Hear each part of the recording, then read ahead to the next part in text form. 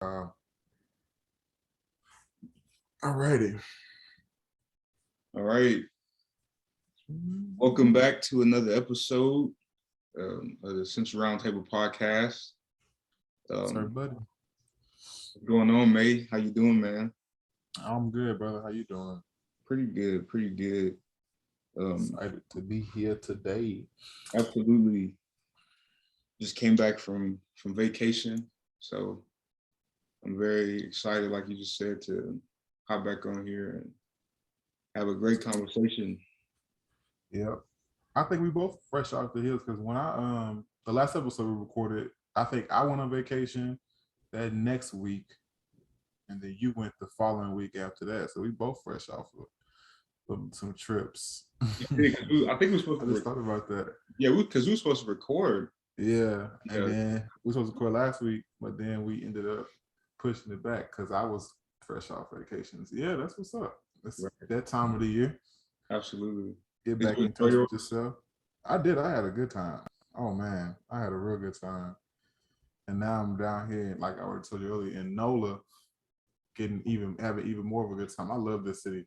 It's treating me good. My waistline is getting a little bit big, so I had to go ahead and sign up for a gym membership on Monday. Went Yeah. ahead and handled that. I done had about 12 po' boys in 7 Bro. days. Po' boys. That's crazy. Man, my one of my roommates is from New Orleans, so he taking me to like all the spots that you get your food at. The other one with the billet, so we know everywhere to go. Man, I've been eating, but it's been good. I'm excited for this internship I'm doing for the summer, man. Doing some great work down here in Louisiana. There's a lot of crazy stuff going on out here, but we're gonna get the job done. Mm-hmm. How was your vacation? My vacation was good, man. We had talked about this before jumping on this, but it was really good. I told you it was probably like the best vacation that I had ever been on, like thus far, bro. Like everything was perfect. Like the all inclusive deal, you know what I'm saying? Unlimited drinks, unlimited food, a ton of, you know what I'm saying, just stuff to get into on and off the resort. The excursions were good. Weather was nice. It rained like one morning, and I thought the entire day was gonna be like trash, but um, the weather flipped like within an hour, and we got another sunny day. So that was really good, man. So yeah, I get a vacation, man, a 10 out of 10 for sure, and I'm ready. I'm ready to go back. I already got that bug. I ain't gonna cap. First international trip. Yeah. Yeah, man. I'm ready to. First Ready time to out the get back. country. Yeah, facts. It get in you, it's hard to let it go. That should be vacation. Should be reality for real. For real.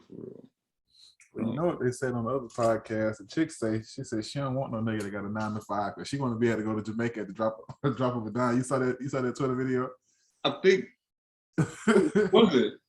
Some chick, she was like, I don't want a nigga who got a 9 to 5 because I need to be able to go to Jamaica tomorrow. Like tomorrow? We can't do no planning ahead of time. I don't know if I've seen that exact one, but I remember somebody saying that. I'm gonna send it to you online. Yeah. But yeah, man, how you doing? Like, besides everything, like besides vacation, like just personal life. I'm good, man. I'm feeling the best that I've felt in a while, to be honest. I started reading when I was home because before I moved down here to work for the summer, I had spent some time with my mom and some time with my dad, and so I had got back into reading. I fell off this last week because I was moving, but I picked up Atomic Habits, and the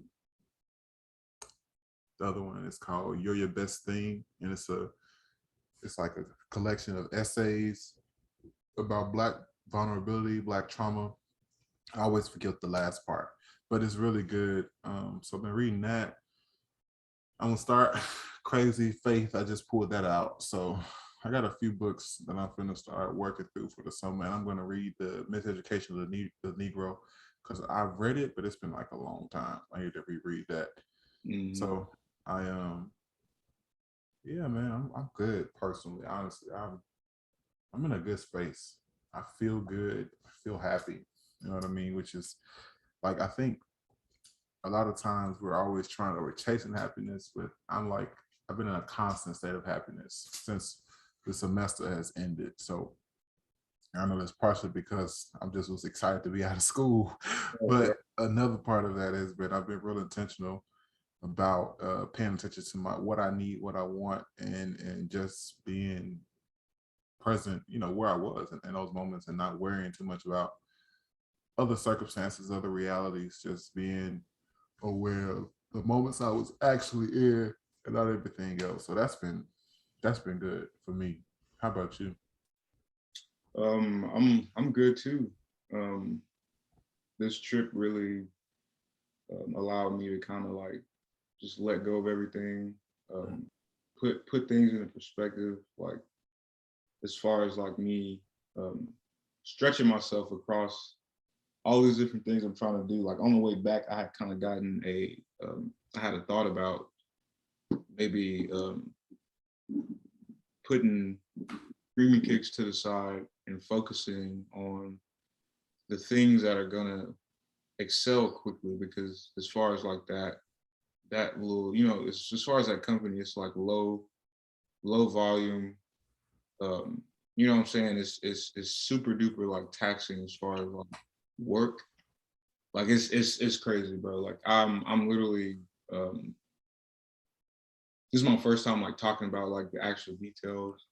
And I guess I wouldn't say that this is super detailed, but I mean, you having to like watch um release dates, you having to enter, you know what I'm saying, raffles, you having to do all of the running around, calling around, um, picking up, dropping off. You know what I'm saying? That just takes up so much time that I don't have because I still have a 9 to 5. You know what I'm saying? And I'm trying to do other stuff that I feel would be more successful if I were to put more time into it, and then you know what I'm saying, earn my leisure, and then Mhm. maybe go back to that. You know what I'm saying? So that was just something I thought about.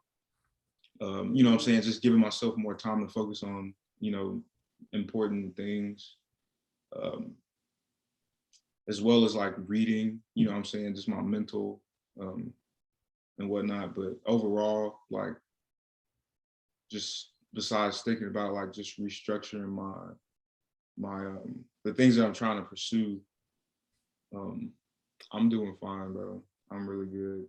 I don't go back to work until Wednesday. I'm gonna spend the next couple of days, you know what I'm saying, chilling, relaxing, um, catching up on my reading, you know, and yeah, man, I'm pretty good. Can't complain at all. Life's good. Sir. Yeah.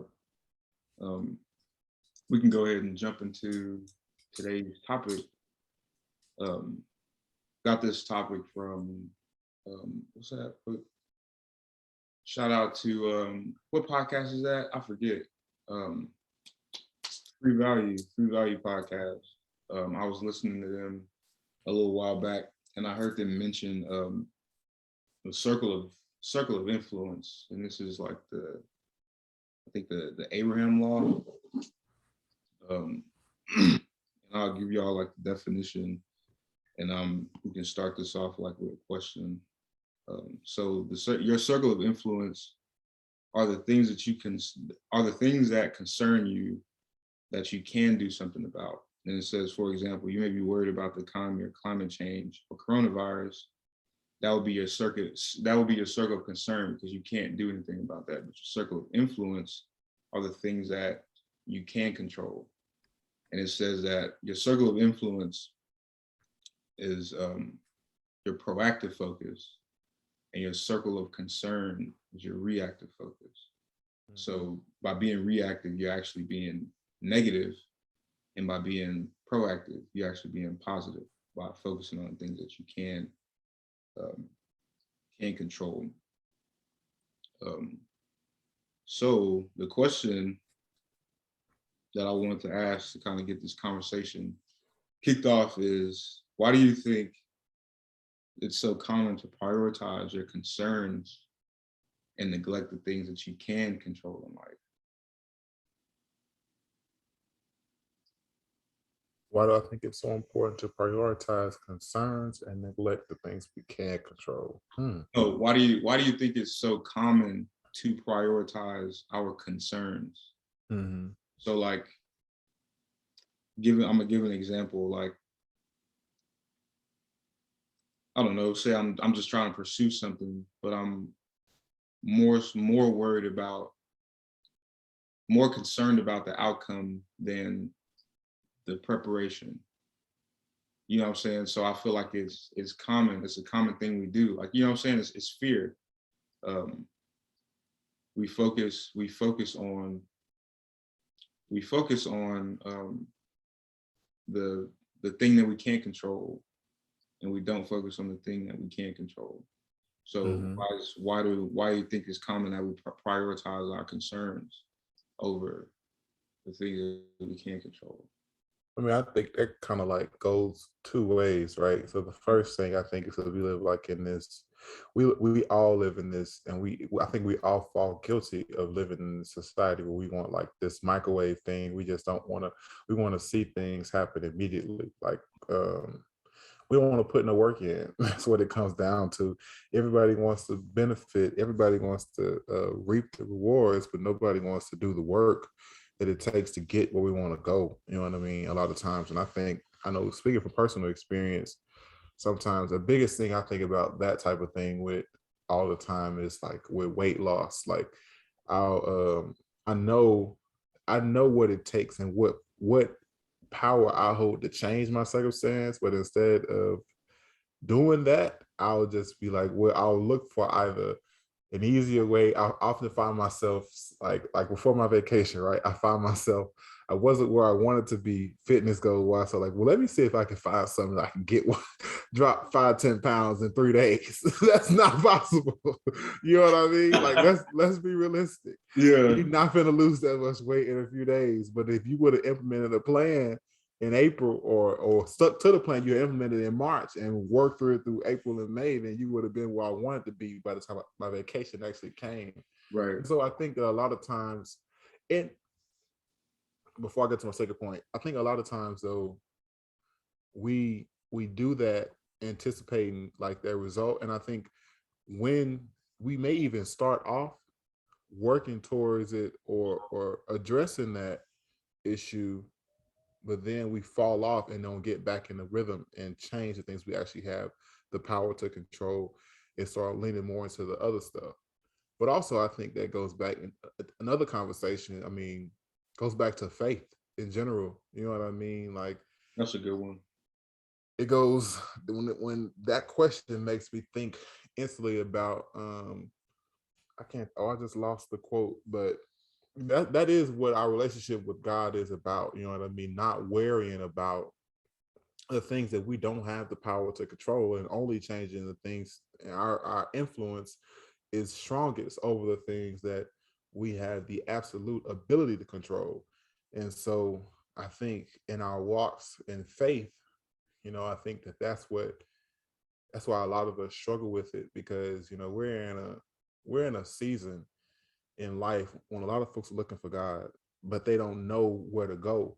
And I think that we're looking for him in like all the wrong places. And a lot of times people are just misunderstanding messages, but as well as not taking the time to really evaluate the tools that God has given us already to address our needs before we go talking about other concerns. And Hmm. so I think that that's a whole nother sub conversation, I think. But Right. yeah, I think that is a big piece of it. Faith. Got to have that faith to just know it's going to be all right, and you got to do your part. And your part includes changing what you can and not worrying about what you can't. So, yeah. Um, I think that um, so I had a couple of points. I want to say that I think comparison, and I think you mentioned it, but I think that comparison births concern, because it's like, again, like we live in a society where, and my other point was instant gratification. That's funny you was talking about that, microwavable progress. We live in a society where it's like, well, for one, you got social media, and on social media, everybody posts like the good things. Everybody's gonna post the end goal or the end result, The and result. not the process. So me personally, you know what I'm saying, I could be going through something and I, you know, get on and see all of this success and happiness. And now I'm concerned about where I'm at in life because everybody else is just looking Krispy Kreme. You know what I'm saying? Like beautiful. Everybody enjoy themselves, having fun and things like that. And I'm just like, well, mine don't look like that. So that brings about concern.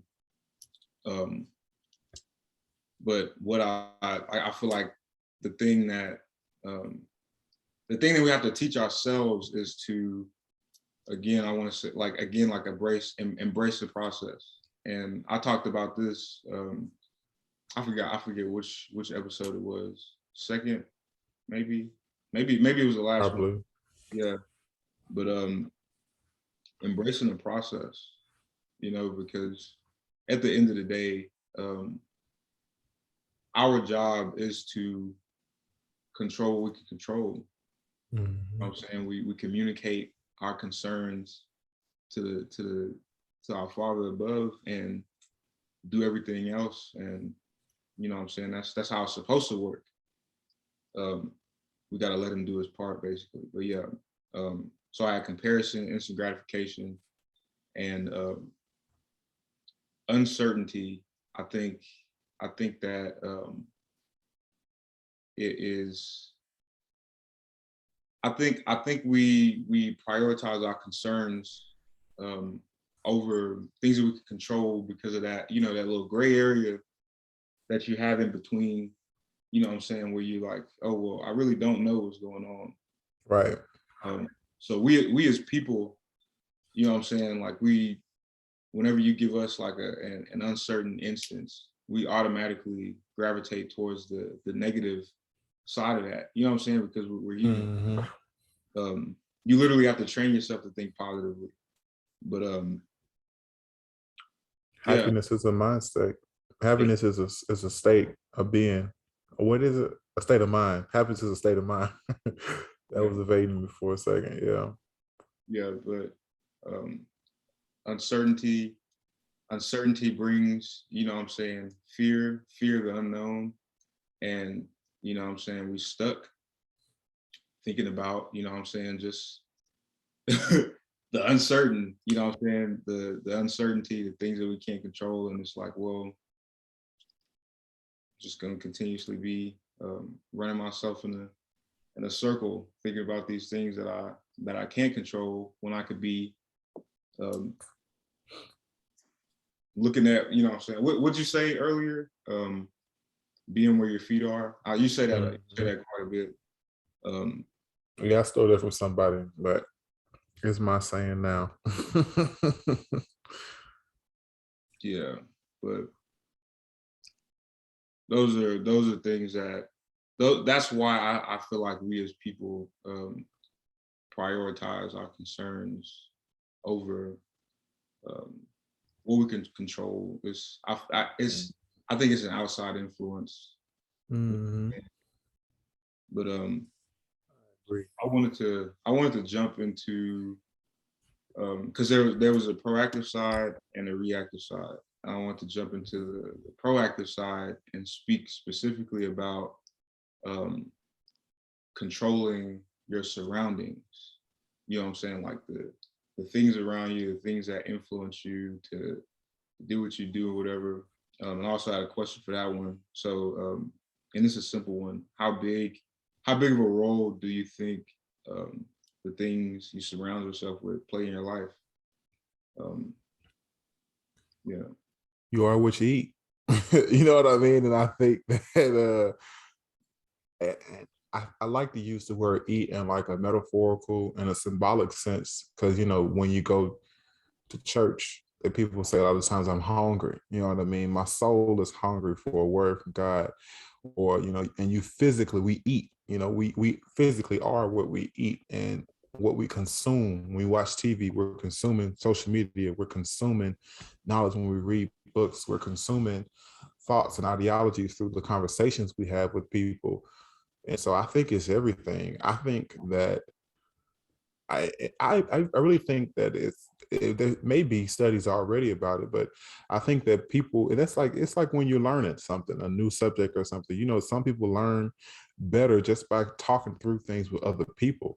Some Right. people learn better by reading things on their own. Some people learn better by just practicing the material over and over again. But I think that it plays a huge influence in your life, and I think it really makes up the type of person that you are, the people that you hang around, the quality of people that you keep, the quality of information you're receiving, the habits you have as a person, the skills you have in the rooms that you have access to. All of those things mold us into who we are. You know what I mean? And I think that I don't think that's discounted in any facet or any walk of life. I think that everywhere and in every space, you know what I mean, you are literally what you eat. You are what you make the most time for. And I think that it shows in how we interact with people, how we interact with each other, and the relationships that we maintain. So yeah, I think it's huge. It's paramount. Birds, birds of a feather flock together. Yep. I Oldest. personally, huh? That's the oldest one in the book right there. Yeah, I think that the things that you know what I'm saying, surround yourself with, like as far as you know what I'm saying, people, the things that you consume, um, in all aspects. I think those things are what determine like the trajectory of your life. Like you said, you know what I'm saying. Yep, absolutely. For example, while I was talking about that, and while you was talking, I was thinking about like you know those movie lines or those movie stories that they have. They're based off true stories. You'll have like a high school football star, you know what I'm saying, out the hood, um, you know what I'm saying, like plays through high school, gets these offers, goes to college, and right before, you know what I'm saying, like they get out and had an opportunity to go to the league, they go back, you know what I'm saying, start hanging out with those old people and somehow get themselves caught up. And it could even be like it could even be in high school. Um, you know what I'm saying? Somebody's I was gonna just watching Bel Air. Have you watched Bel Air? have it. Oh man, you gotta. I'm sorry, I just spoiled it a little bit, but you gotta watch it. Was it is But it yeah, like basically that? similar situation in the first episode. Yeah. So, but Yeah. yeah, You have somebody on a good path and yeah, you know what I'm saying, they go back to hanging out with people from where they came from and they end up, you know what I'm saying, getting getting in trouble, getting killed. And that is a prime example of the importance of controlling your surroundings, mhm, especially when you're moving up in life. You know what I'm saying? In general, like you need to as you grow, you know what I'm saying, if the people around you aren't growing around you, it's 8 billion people on the planet, man. Find some new friends, um, because your old one's gonna keep you where you were. You know what I'm saying? So I think it's super important to analyze your surroundings every once in a while. Just make sure, you know what I'm saying, like the people around you keep you on your toes. Um, because like I said, you don't want to stay stagnant. You don't want to be around a bunch of yes men because you ain't gonna grow. You need somebody to tell you the real, um, and you know what I'm saying, just have those consistent communities of growth. Um, but yeah, that's all I had on that. You had anything else? Yeah, I was just gonna say to add to that. I thought about a conversation I had with my dad when I was in Dallas. You know what I mean? Sometimes those situations, when you get into those, it don't have to be anything as specific as that, but sometimes when we're progressing in a way that is contrary to the folks that we're in the same circle as, this thing called envy starts to form. And my dad, he said this to him, and one of his OGs told him this. He was like, jealousy, you can see jealousy a mile away. You can see jealousy is loud, it's boisterous. They're going to talk about you, they're going to gossip about you. They're going to say things and make it very visible that they don't like you because they're jealous of who you are and who you're becoming. Yeah. But envy will walk with you. Envy will clap for you. Envy will lay in the bed with you. Envy will smile for you all up until the moment it's ready to stab you in your back. And so I think that just goes to also that circle of influence and being conscious and decisive about the company you keep. Because even when people they don't even know why they're upset, they don't even know why they don't like you, it's because the enemy has planted something in them already, or they envy the things that you have in the space that you're going to, in the areas that you're about to reach. You know what I mean? And it's not I don't think sometimes it has anything to do with the person they are or who you are, but once it gets in them, it's in them. You know what I mean? So it's something that's dangerous to deal with. So that's definitely something super important to think about as you're maneuvering and accessing new opportunities and spaces. Sometimes everybody's not gonna be happy to see you do that. Exactly. You know what Exactly. I mean? So as That's sad funny. as that may sound. That's funny. Today's sermon at church was about when rejection hits close to home. It Mhm. talked about how Jesus went into the wilderness and was tested. The pastor used like an analogy of a pressure cooker, how you put raw meat into a pressure cooker and you cook it and it comes out unrecognizable. You know what I'm saying? It went in frozen, it came out cooked. And then they talked about how Jesus went and into the wilderness, was tempted, questioned, and he, you know what I'm saying, that's where he developed. And then he went back home, and he went back home unrecognizable. And the first thing that the people, the I think the first thing it says in the Bible is that they were amazed, and then that amazement turned into to scoffing. I think that's the word they use, scoffing. Like basically, they mocked him, um, teased him, and whatnot. So yeah, it's for sure a thing. Um, there was a couple of points. What you just basically said, it said brace yourself, because when people notice and see change, they may try to harm or envy and jealousy could potentially be, you know what I'm saying, the things lingering in their hearts. So yeah, um, that is for sure something to watch out for sure. Um, Yep. but yeah, we are we off topic? Did we kind of like A little bit. did we off topic, bro? Little tangent. Little tangent. It's all good. That's the thing. When you got your own show, you can do that. When you ain't know Right. somebody else show, you can jump in and out like that. Facts, facts. Um, I didn't really have anything else. I just wanted to talk about the controlling your surroundings part. Yeah. When you had spoke, you talked about habits. You talked about I think you said, I forget what else you said, but basically the things, the people that you surround yourself with influence everything you do. You know what I'm saying? Because you have to, like, to be honest, like you're around the people, you hang around the people that you hang around regularly because you're the same.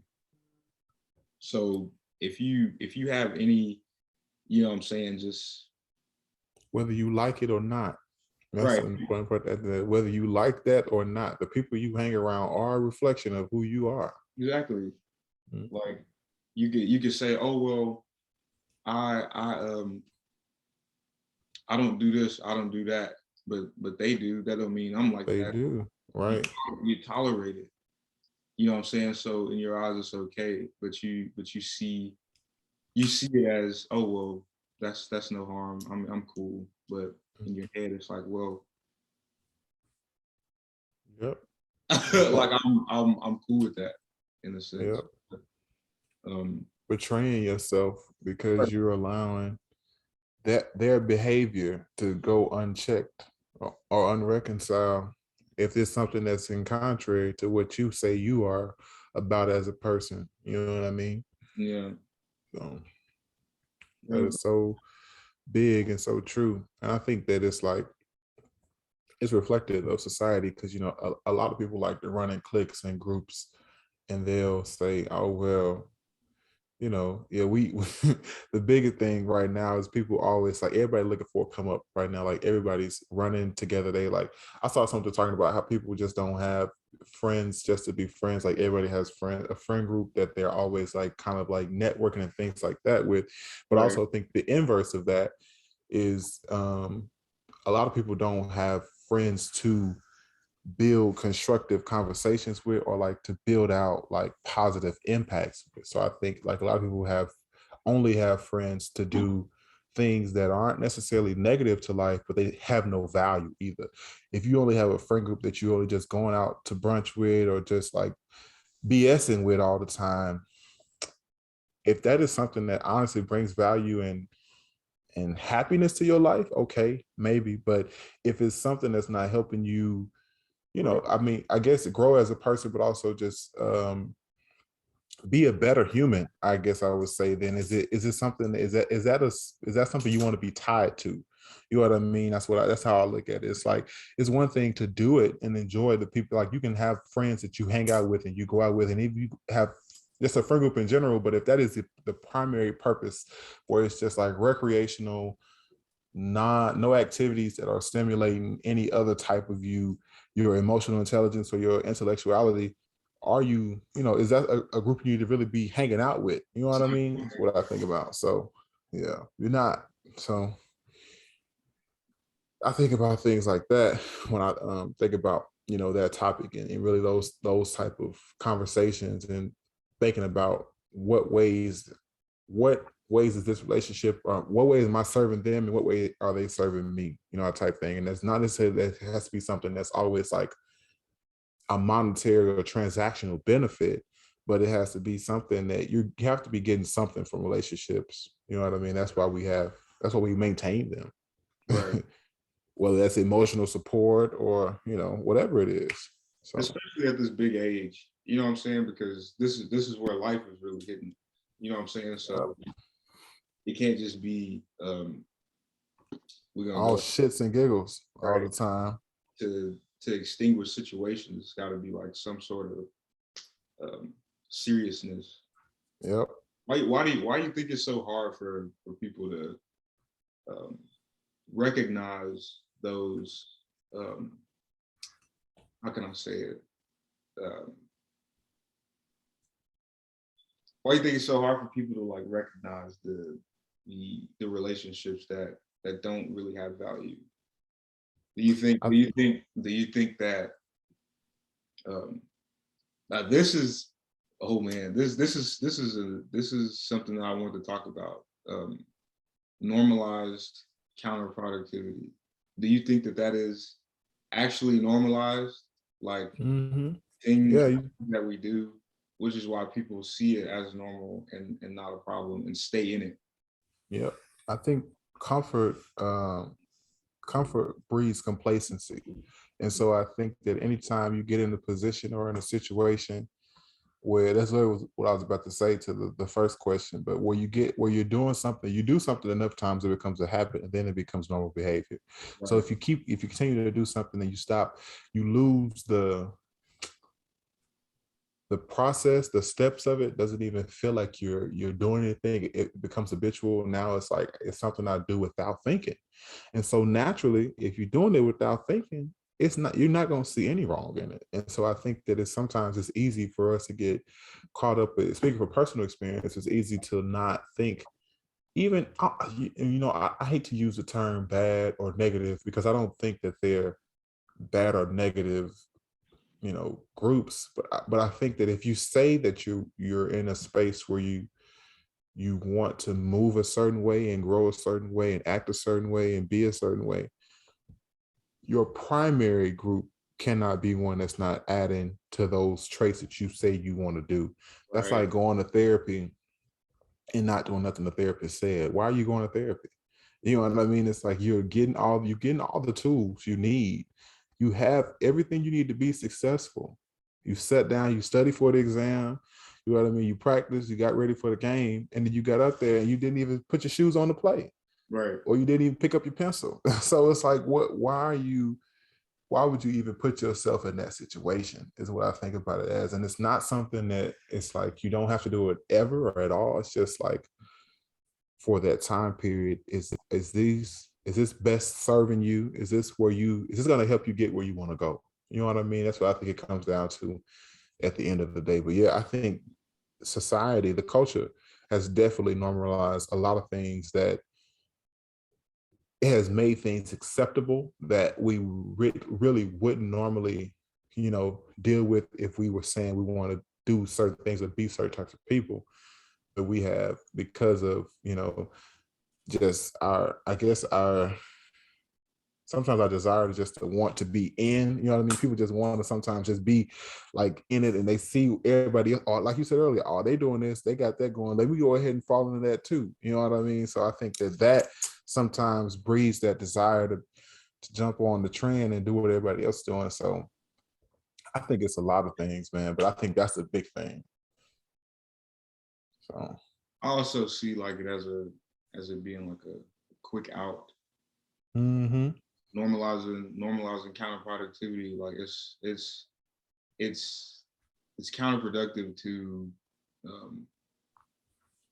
have a bad work week and Mm-hmm. end it at the bar. Yeah. That is something that, That's a dangerous habit. you know what I'm saying, that's normalized. Mm-hmm. But I don't know. Yeah, some people have good work weeks ended at the bar.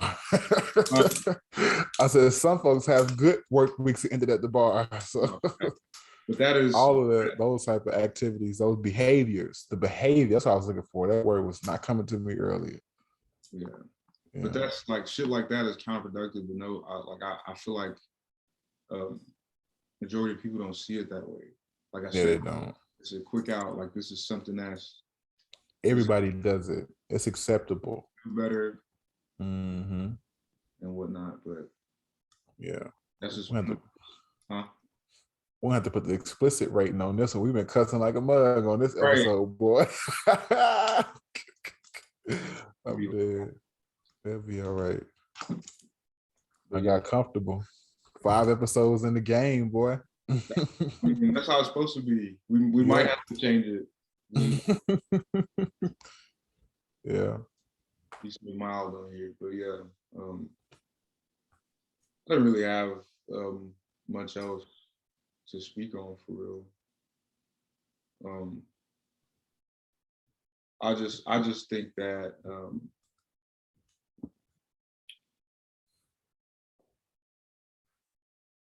people should take the things around them like more seriously, and me too. You know what I'm saying? Because I still kind of let myself get caught up in things that I no longer want to be a part of, and you know what I'm saying, just speaking from my personal emotions. Part of it is out of my people pleasing tendencies, you know what I'm saying? Being scared to establish boundaries and let people know, like, hey, like, this is no longer who I am. And I'll get caught up doing things that I said to myself, like, bro, like you're not supposed to be doing this. We're not gonna do this. We're gonna, you know what I'm saying, try to, like reduce this and get better and whatnot. But you know what I'm saying, it's always, you always find yourself doing it when you keep yourself um surrounded by those types of people as well as things. So That's um good right there. I don't I really, I know I gotta work on that, but everybody listening, um just really just, I think I said this also in a podcast, like you really need, like, I feel like whenever you really figure out who you want to be as a person in life and where you're trying to go, it makes it easier for you to kind of do like after that self-assessment, it's easier for you to look at your surroundings and literally pick out the things and the people that need to be removed so that you're being influenced in the correct way on which your path is calling. You know what I'm saying? Because it's like, well, if I say that I'm trying to, I don't know, like something simple, get my body right, but my my main circle, all they do on the weekends, shit, hell, even throughout the week. They had McDonald's on Tuesday, Wendy's on Monday. I mean, like happy hour, no, like, you know what I'm saying, like happy hour every Wednesday, Thursday, and out at the club and bars and stuff like that. Sunday fun day on Sunday. Sunday brunch. They in the section on Saturday. Hey, hey, hey, That's not hey. that's not gonna cut it. And Yeah. even like address those personal problems, those personal boundaries that you don't enforce. Because I know for me, you know what I'm saying, like I know that I'm big on the gym and diet and stuff, and I know that eating the right way produces like the good results. But where I'll be at, May, I'll be at McDonald's. I'll be at Making McDonald's. D's, boy. I'll be at Wendy's. I'll be at McDonald's. Fucking them cookies up. Bro, crazy. I'm going They today. don't stand a chance. I'm going today. This gonna be my last bad meal before I start. I'm thinking about doing like a 12-week cut. Mm-hmm.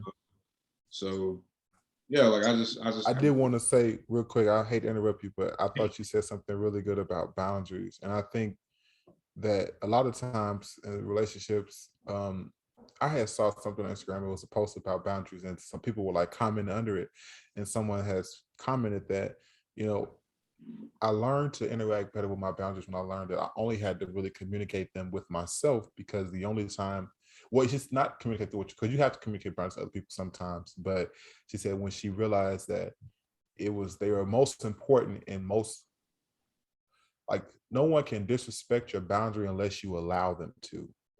You know what I mean? Boundaries are not, because inevitably we have to communicate our boundaries to people, but we're the ones who retains that memory. Hey, I'm not going to be engaging in this type of relationship and this type of communication and this type of activity and this type of whatever it is, XYZ.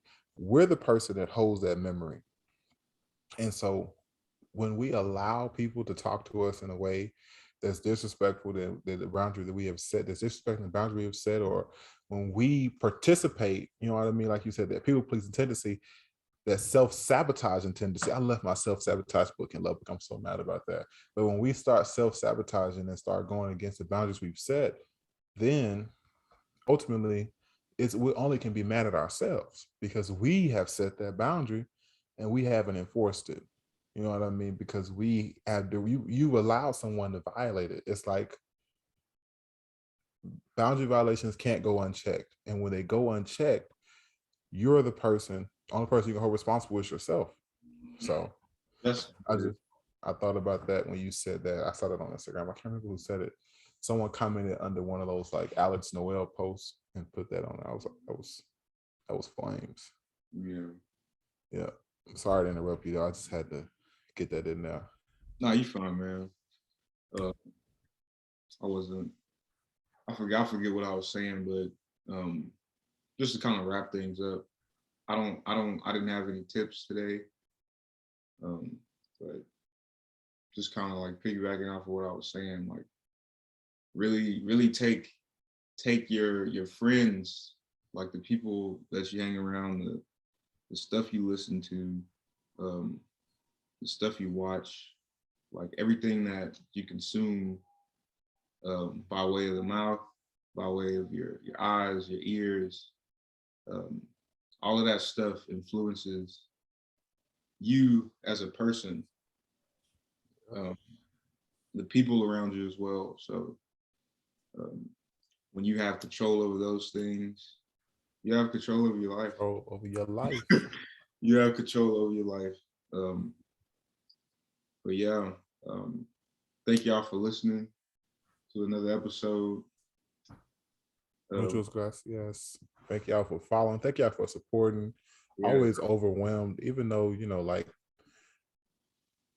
I know we got a long way to go, and God has major plans for this platform, but always just overwhelmed by the support we receive even now. So super, super, super grateful. People Right. who listen all the way through. Thank y'all. Shout out to y'all. Thank y'all for sharing. Yeah, man. Only up from here. Absolutely. Make sure y'all go follow us on all social media platforms. Podcasts can be found on YouTube, um, Apple Podcasts, Google Podcasts, and Spotify. Um, everything is at the Essential Roundtable Podcast or the Essential Roundtable. And yeah, we'll catch y'all on the next one. Y'all have a good one. Sir. I went out.